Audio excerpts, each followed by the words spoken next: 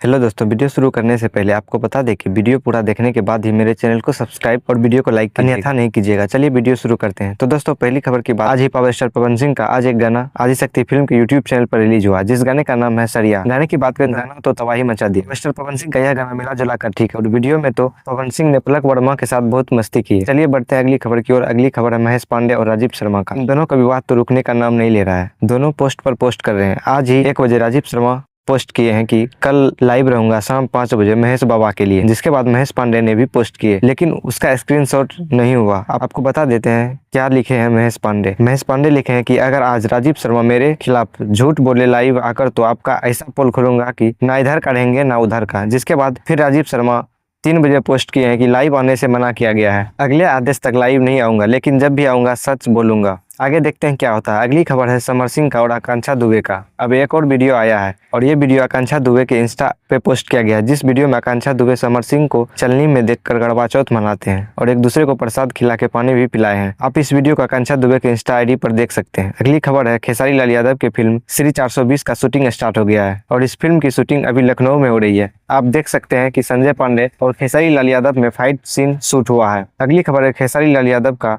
चेला पिए तो गंजेड़ी गाना का 5 मिलियन क्रॉस कर गया है। इसकी जानकारी खेसारी लाल यादव ने अपने फेसबुक पेज से दी है। अगली खबर है प्रदीप पांडे चिंटू की फिल्म चिंटू की दुल्हनिया का फर्स्ट लुक पोस्टर आ गया है। इस फिल्म में चिंटू के साथ यामिनी सिंह और शिल्पी राघवानी आपको दिखेंगे। तो ये था भोजपुरी का अपडेट। अगर वीडियो अच्छी लगी तो वीडियो को लाइक और चैनल को सब्सक्राइब कर लीजिए। मिलते हैं अगली वीडियो में, तब तक के लिए धन्यवाद।